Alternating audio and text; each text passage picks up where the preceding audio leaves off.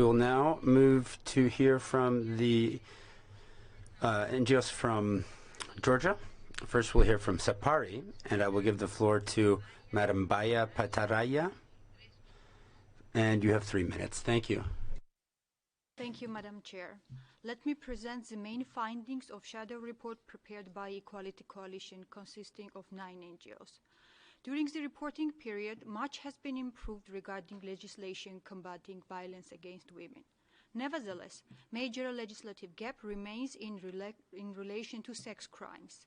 Lack of consent is not a central aspect of the rape. Rather, violence and threat of violence are seen as a crucial aspect for the qualification of rape. In addition, standard of proof remains unreasonably high in practice when it comes to sex crimes. Lack of formal sexual education, poor legislation and problematic practice leaves sex crimes underreported and unpunished. Rising number of femicides and attempts of femicides is extremely concerning in Georgia. Risk assessment is not performed with due diligence by law enforcement and justice sector. Usage of electronic monitoring of abusers is available but rarely used. Yet another major problem with the police is the procedure of collecting statements from witnesses and victims of gender-based violence.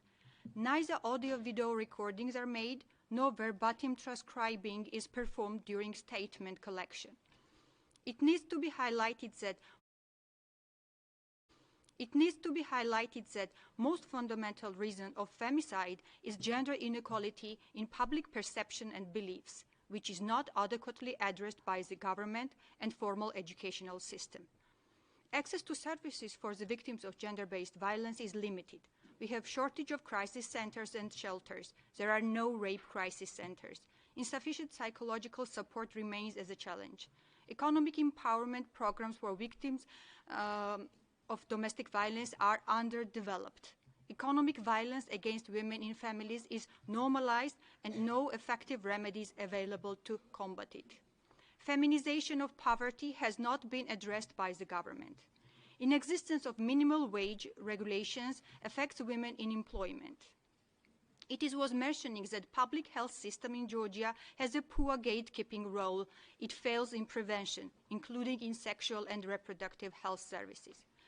Women's representation in politics remains low as mandatory gender quotas are weak and could secure only 20% of seats for the women during last parliamentary elections.